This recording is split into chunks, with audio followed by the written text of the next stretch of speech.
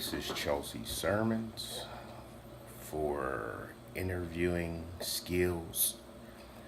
First assignment is opening statements, and the scenario is we'll just say Jane Doe here. Hi, Jane. Hello. And I'll give you a little bit on the opening statement.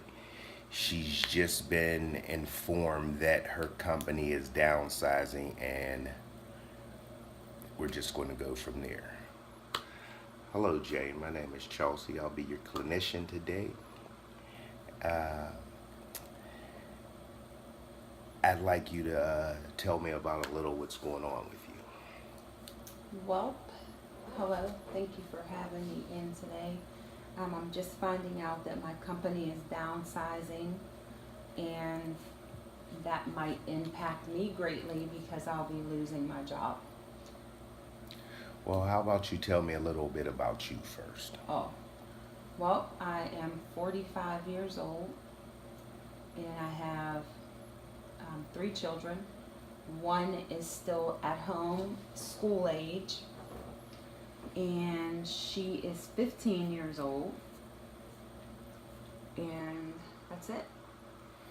Okay. I'm recently divorced, I guess not recently, 5 years divorced, and that's it.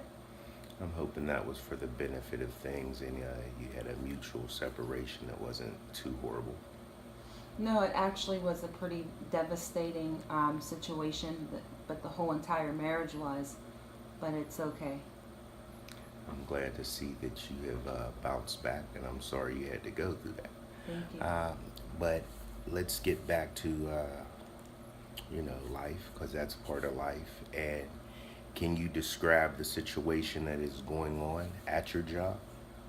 Well, they have a couple where what's happening is they are closing smaller locations and supporting larger ones and opening larger ones. So that's basically what's happening. So all the little schools are being closed down, and those Not to cut you off, can you tell me what you do for a living?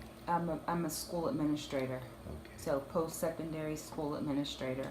Okay. And so the directors of those campuses have been with the company from their conception, so 40 and 50 years. And therefore their seniority is over a lot of other people's seniority. So they got moved into position, and the directors who had least seniority got moved out. Okay. So in telling me about that and describing what you do and what's going on, can you describe or I guess the word is discuss, how does it make you feel?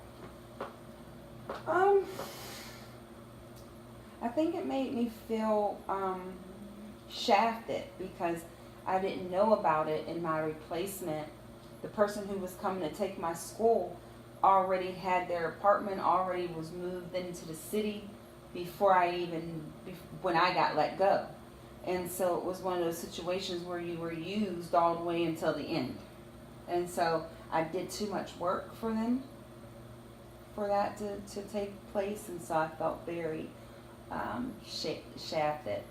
And that's an understandable feeling, but just always keep in mind that your situation doesn't define your character. If you're a hard worker by nature and that's your character, continue to be a hard worker. And I encourage you to. Well, can you explain some of the things you plan on doing since receiving this information, and some ways that you feel that you can explain how you can bounce back and have some resilience in this whole situation? I'm just gonna go straight back to work as soon as I can, because I can't really afford to not be at work, and we don't get any type of severance packages or anything like that. So I think it's important for me to keep on working. And so resilience is just understanding it's the game, and that's whatever happens, and so, things happen, shift and change, and keep it going. Keep moving. That's an awesome disposition you have, and I encourage you, and I believe in you that you can accomplish your goals. Do you intend on staying in the field, starting your own school? Uh, Probably staying in the field. I'm not real sure about starting my own school. Not really feeling that. So, staying in the field, working. okay, that's not a bad idea, and just to keep in mind, school's always an option to further your education and to stay motivated and stay involved, engaged in life, and not allow yourself to be consumed with the fact of situations happen, and it's sad to say that it is part of life.